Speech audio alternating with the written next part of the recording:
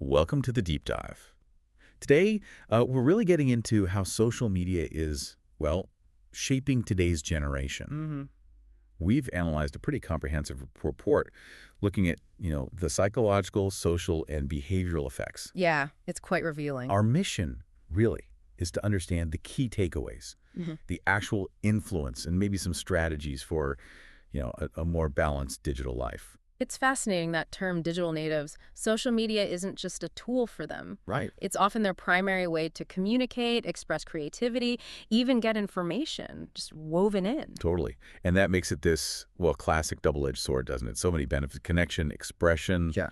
but also potential harms, mental health, FOMO, things the Surgeon General is increasingly worried about for young people. Definitely a growing concern among health professionals. Okay, so let's maybe start with the psychological impact. Right. A huge factor is social comparison. You're constantly seeing these highlight reels, right? Yeah, the curated, perfect versions of everyone's lives. Exactly. And the research shows this can really chip away at self-esteem, especially for adolescents maybe already feeling a bit insecure. Platforms like Facebook have been linked to this. And it goes beyond just what people are doing.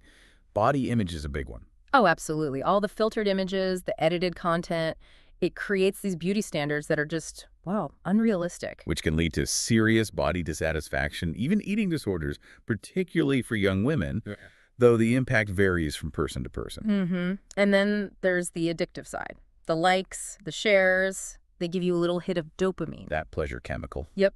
Which makes you want more, leading to that compulsive checking we all kind of recognize. Tied into that is FOMO, right? The fear of missing out. Definitely. Huge driver of anxiety. And it can also knock self-esteem. There's a striking statistic for kids and teens spending over 3 hours a day on social media. It can literally double their risk of depression and anxiety. Wow.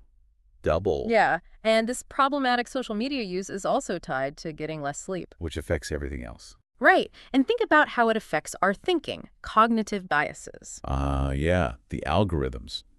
They feed you more of what you already like. Precisely, creating echo chambers. It reinforces confirmation bias. You mainly see things that confirm what you already believe. And other biases too, like availability, social comparison.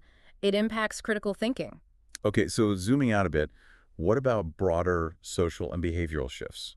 Well, relationships. For one, it's great for staying connected across distances. Sure. But there's a potential downside for the quality of real-world interactions. Face-to-face communication skills can suffer because you lose all those nonverbal cues online. That makes sense. And misinformation seems to spread like wildfire. It really does. Algorithms push engaging, often emotionally charged content, and it spreads fast in those echo chambers. Plus, it's so easy to just hit share. And alongside that, cyberbullying is a huge problem. A major issue.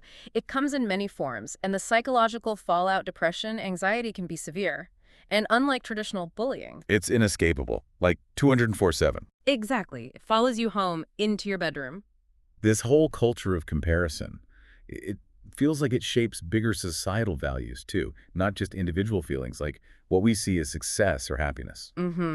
Potentially fueling consumerism and this sort of constant low-level dissatisfaction. Let's focus specifically on teenagers for a moment. Their challenges seem unique. They really are. Their brains are still developing. Yeah. That makes them extra sensitive to peer feedback and social comparison. So the reward centers are more active, but the self-control part isn't fully there yet. That's a good way to put it. The prefrontal cortex is still maturing. And studies even suggest specific ages, like 11, 13 for girls, 14, 15 for boys, where they might be particularly vulnerable to social media's impact on life satisfaction. And how does this play out in, say, school education? Well, it's a huge distraction, obviously, constant notifications, plus the sleep disruption we mentioned.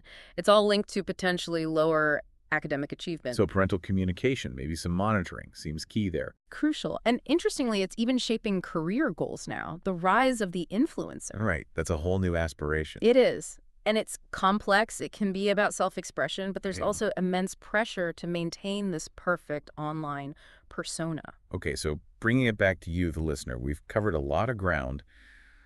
What are some practical takeaways? How can we navigate this better?